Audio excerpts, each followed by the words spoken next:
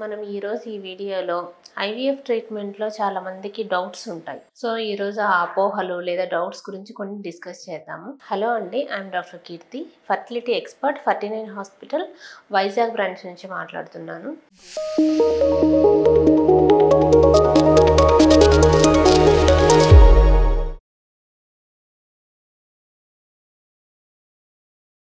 First ఏంటంటే IVF injections. IVF అనగానే అందులో ఇంజెక్షన్స్ ఉంటాయి, చాలా పెయిన్ఫుల్గా ఉంటాయేమో అని భయపడుతుంటారు. సో ఇది చాలా అపోహ అండి. సో ఇప్పుడు ఐవీఎఫ్ లో ఇచ్చే ఇంజెక్షన్స్ అన్ని సబ్క్యూటేనియస్ ఇంజెక్షన్స్. సో చాలా మినిమల్ పెయిన్ అనేది ఉంటుంది.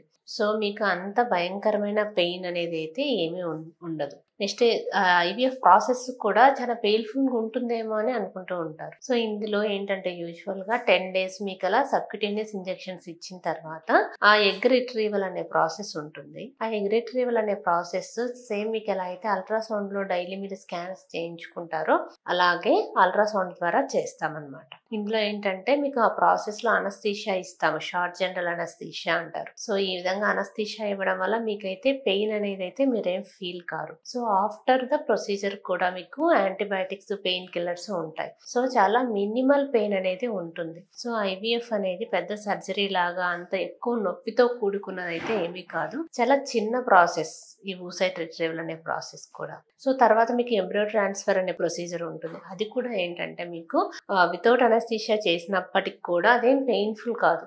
చాలా చాలా మినిమల్ గా జస్ట్ స్పెక్యులం ఇంజెక్ట్ చేసి మీకు దాని తర్వాత ఎంబ్రియో ట్రాన్స్ఫర్ కెథెటర్ ద్వారా మీకు ఎంబ్రియో ట్రాన్స్ఫర్ అనేది చేస్తాం కాబట్టి అసలు ఆల్మోస్ట్ అది కూడా పెయిన్లెస్ ప్రొసీజర్. సో మీరు ఈ ప్రాసెస్ ల గురించి పెయిన్ ఉంటుందేమో అని ఇంజెక్షన్స్ కానీ oocyte retrieval ఇలాంటి ప్రాసెస్ కానీ ఎటువంటి పెయిన్ అయితే ఏమీ ఉండదు. సో దెన్ ఇంకొకటి ఏంటంటే ఐవీఎఫ్ లో పుట్టిన పిల్లలకి ఏమైనా ప్రాబ్లమ్స్ ఉంటాయా అని చెప్పి అడుగుతూ ఉంటారు. దీనికి ఆన్సర్ కూడా నో. సో ఏ ప్రాబ్లమ్స్ అంటే జనరల్ గా ఏవైతే రిస్క్ నార్మల్ బేబీస్ క్యారీ చేస్తారో జెనెటికల్ పరంగా అలాంటివే ఉంటాయి తప్ప వీళ్ళకి ఐవీఎఫ్ చేయడం ద్వారా ఏవో అబ్నార్మల్ బేబీస్ రావడం కానీ లేదంటే డిఫరెంట్ గా ఏమైనా డిసీజెస్ ఉండే పిల్లలు పుట్టడం కానీ ఇలాంటి ప్రాబ్లమ్స్ అనేవి ఐవీఎఫ్ బేబీస్ కి అయితే ఏమీ ఉండవు. తర్వాత మదర్ కి కూడా ఏమైనా ప్రాబ్లమ్స్ ఉంటాయా అని చెప్పి అడుగుతూ ఉంటారు. సో మదర్ కి కూడా ఎటువంటి ప్రాబ్లమ్స్ ఉండవు. కొన్ని ఏంటంటే యూజువల్ గా ఐవీఎఫ్ చేయించుకునే వాళ్ళు యూజువల్ గా ఏజ్ ఎక్కువ ఉన్న వాళ్ళు ఉంటారు, 36, 37.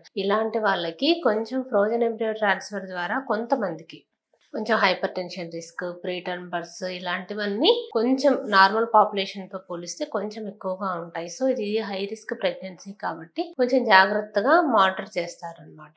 సో ఇవి యూజువల్ గా ఐవీఎఫ్ లో చాలా మంది పేషెంట్స్ అడిగే doubts. Thank you so much.